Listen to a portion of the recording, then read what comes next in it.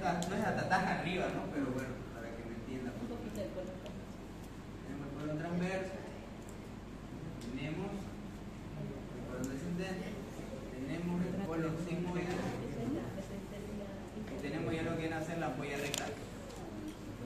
Para partir de acá, antes que entremos a ramas y ramas y ramas, siempre acuérdense que la arteria mesentérica superior me va a irrigar básicamente todo lo que viene a ser de mesocolon o colon transverso, la parte derecha, y todo lo que viene a ser obviamente de colon ascendente ciego. Mientras que la mesentérica inferior va a irrigar lo que viene a ser colon transverso, pero la parte izquierda, colon descendente, colon sigmoide y arriba. Nada más, eso tienen que acordarse siempre, que la mesentérica superior es toda la parte del colon o hemicolon derecho y la mesentérica inferior es hemicolon izquierdo. Porque vamos a hablar ahorita de las ramas y van a darse cuenta que sí tiene bastante lógica. Tiene varias ramitas, pero de la más importante, por ejemplo la arteria mesentérica superior, vamos a hablar la primerita, que es esta de acá, una que se hace arriba, la primera que se hace arriba, es una colateral. Que eso se acordarán que era esta de acá, miren, era la pancreaticoduodenal inferior, era la que me faltaba, va a llegar y me va a irrigar. A esto se va a llamar pancreaticoduodenal inferior, que de igual forma va a tener ramas anteriores y ramas posteriores. La primera rama. Luego viene la mesentérica superior a irrigarme lo que vienen a ser todas las asas intestinales. Así que básicamente esto en el mesenterio que está ahí, no la puedo graficar bastante bien acá en el mesenterio, como les digo, está aquí el mesenterio básicamente, todo acá. Y pues aquí se divide en varias ramitas. Son varias ramas que se van a ir esparciendo. A eso se lo conocen como ramas intestinales o arterias yeyunoiliales, o ilioyeyunales, perdón, arterias ilioyeyunales o arterias intestinales. Nada. Hablamos de la pancreática inferior, de la pancreática inferior. De ahí sale la pancreática magna y constantemente la arteria hepática derecha. Y ahora vamos a hablar de las más importantes. Una que viene a ser de acá, que va a salir, que se va a llamar la arteria cólica derecha superior. Arteria cólica derecha superior. Después, esta es inconstante, pero también ayuda, la arteria cólica derecha media. La arteria cólica derecha media se llama. Entonces ya hemos hablado de arteria pancreaticoduodenal inferior, hemos hablado de ramas ilioyeyunales, hemos hablado de arteria cólica derecha superior, arteria cólica derecha media, y eso son todas las que hemos hablado. Ahora, también aquí existe una terminal, la terminal es pregunta de examen. La terminal se llama ¿qué? Tiene un nombre. A veces en algunos libros la conocen como arteria cólica inferior, derecha inferior, que va a venir de acá más o menos, la vamos a hacer así. Viene acá. Viene justamente esta parte.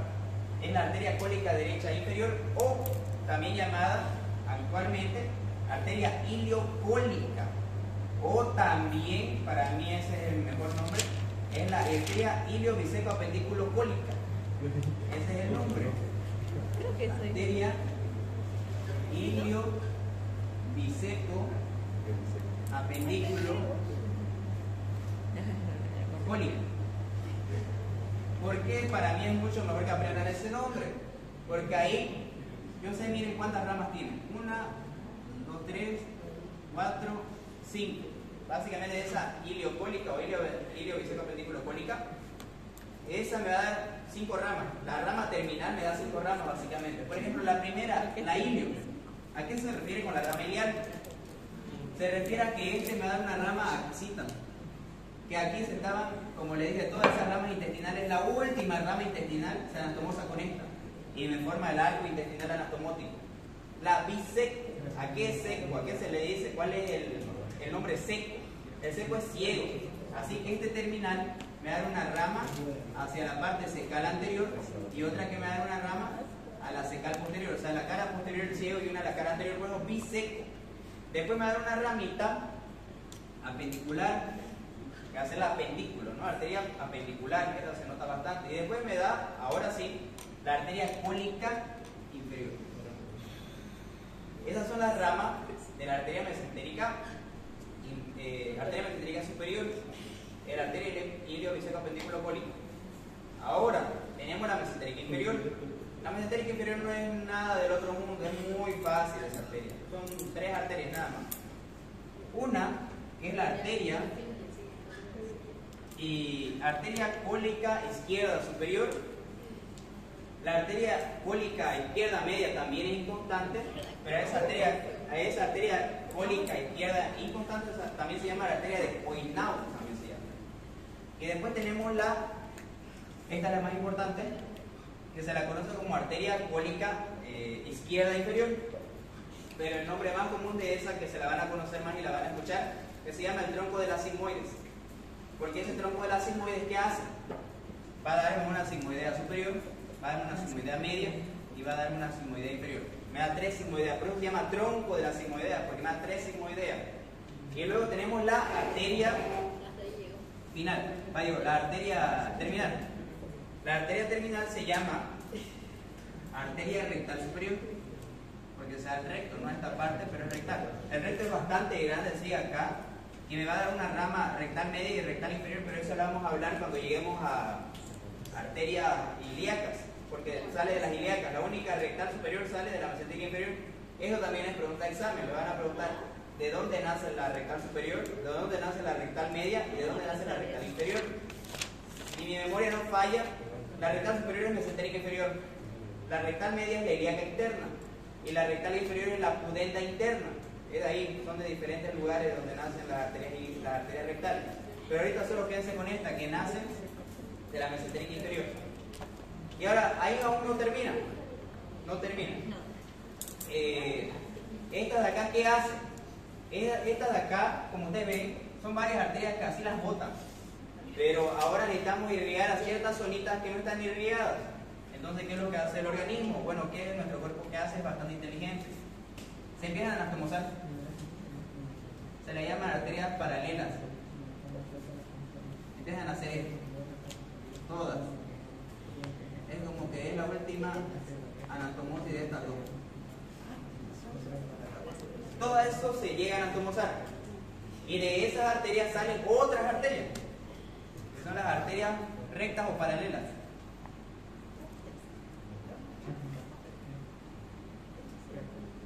Y todo esto que se llega a anatomosar tiene un nombre.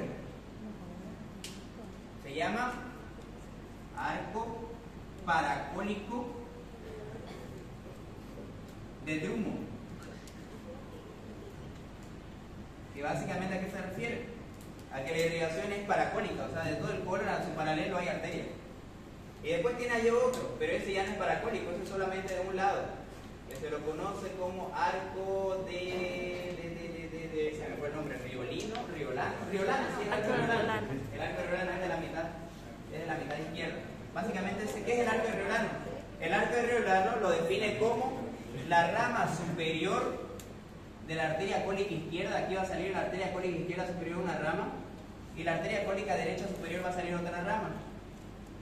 Esas dos ramas se unen, y a esto de acá se lo denomina como arco de Riolano. Y el arco de Riolano se sigue anatomosando entre más ramas, y ahí se llama arco paracólico de Drummond.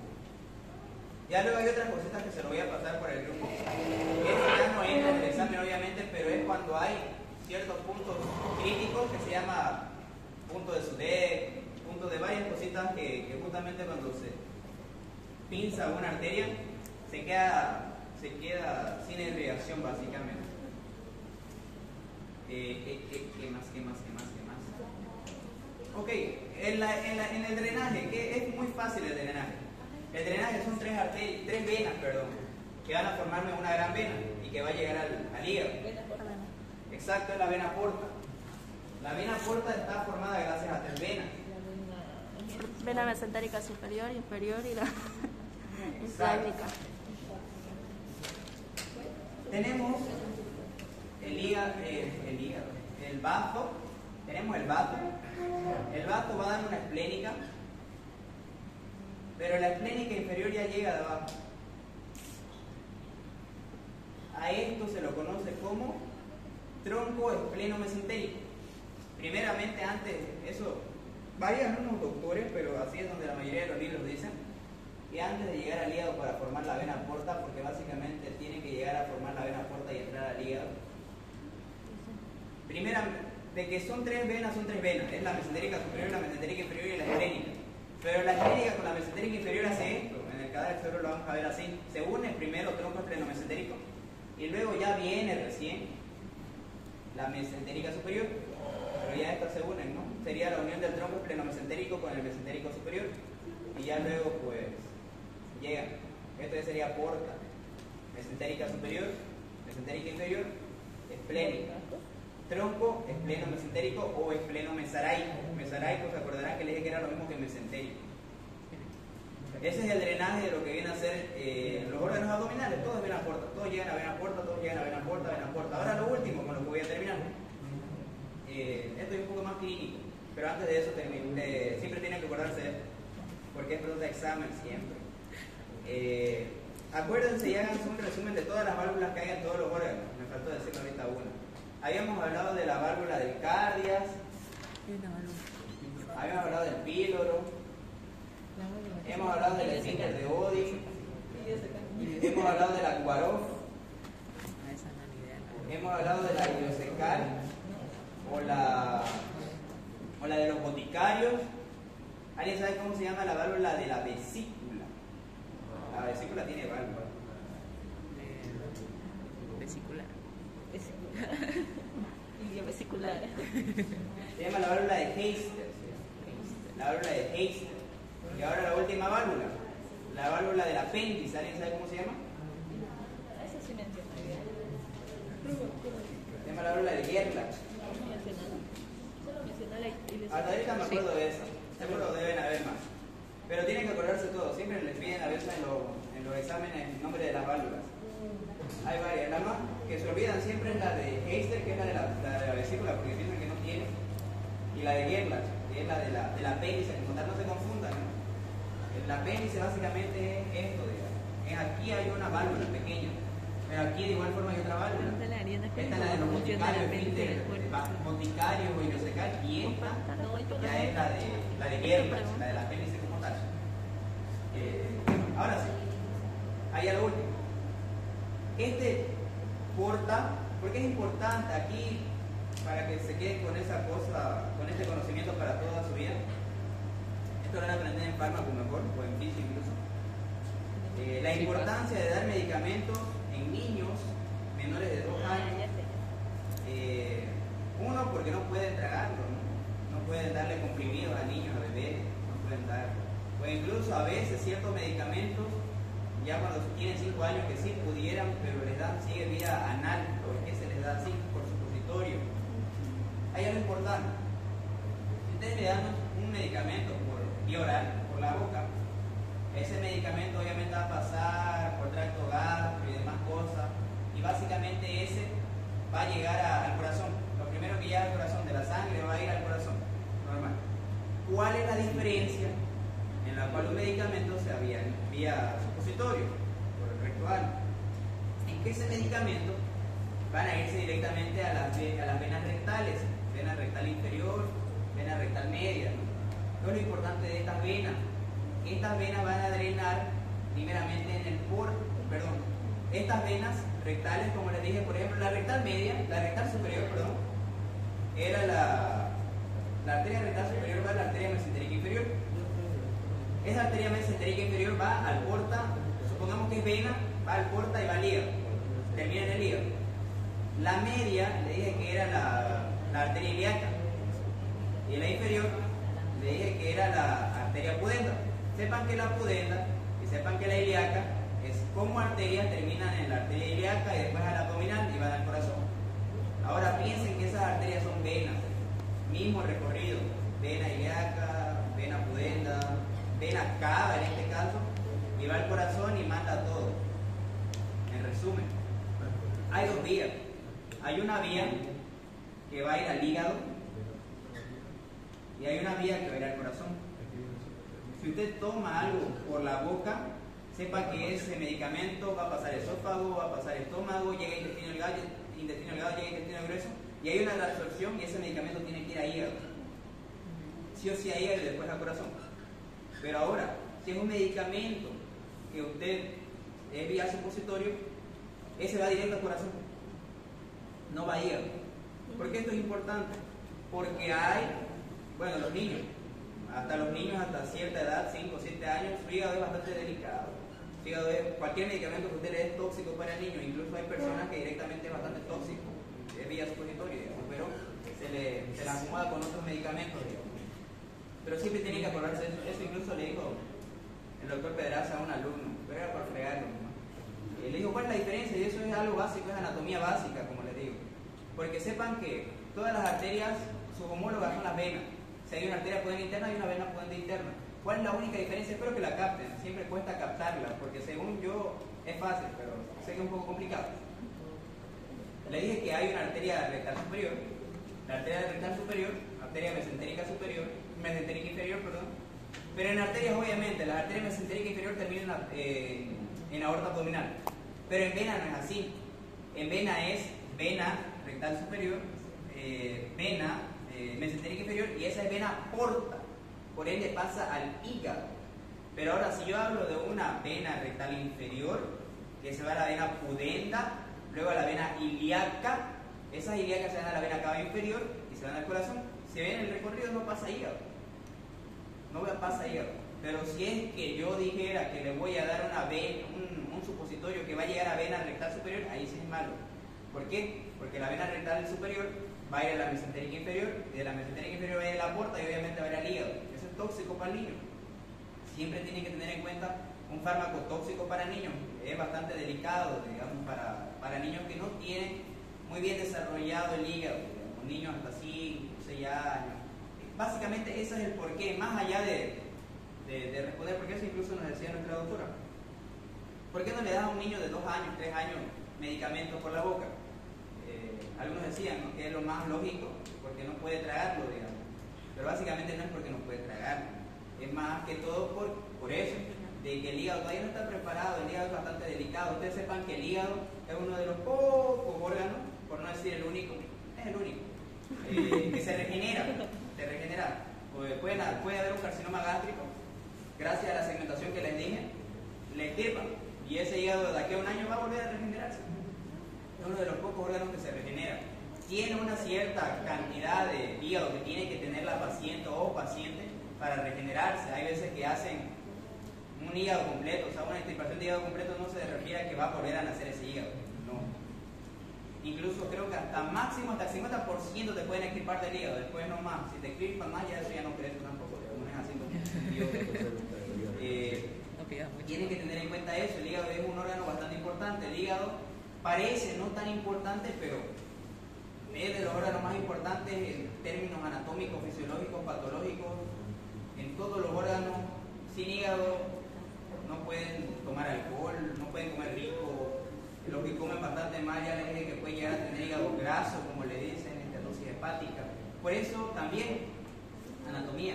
Hay algunos hígados que son amarillos, no tanto rojos oscuros, rojos pardos. ¿Es por qué? Porque esa persona tenía un hígado graso. Cuando hay hígado graso, pues tiene grasa en el hígado, tiene esteatosis hepática es hígado graso. Y el hígado se torna amarillo, básicamente. Eso tiene que tener mucho cuidado. Es un tema bastante bonito, tomen, es muy bonito porque se usa para todo. Y eso, si no me voy a alargar más. ¿No? ¿Alguien tiene alguna pregunta hasta acá? Kubarov es una válvula a nivel del cardio, es una válvula accesoria, la hipertrofia de los músculos circulares. La de Gerlach es la de la apéndice. De la vesícula. Ok, si nadie tiene alguna pregunta, ¿nos veríamos hasta después del receso? Sí. ¿Sí? Aquí hay una pregunta. Claro. Disculpa, de los troncos de la extremidad superior y inferior. De inferior está diciendo. Ya se fue. Las quiero, mis amores. No lo escucho. Pues si no, venga, a ver, ya puede retirarse lo demás, no se preocupe. No, vamos, volviendo a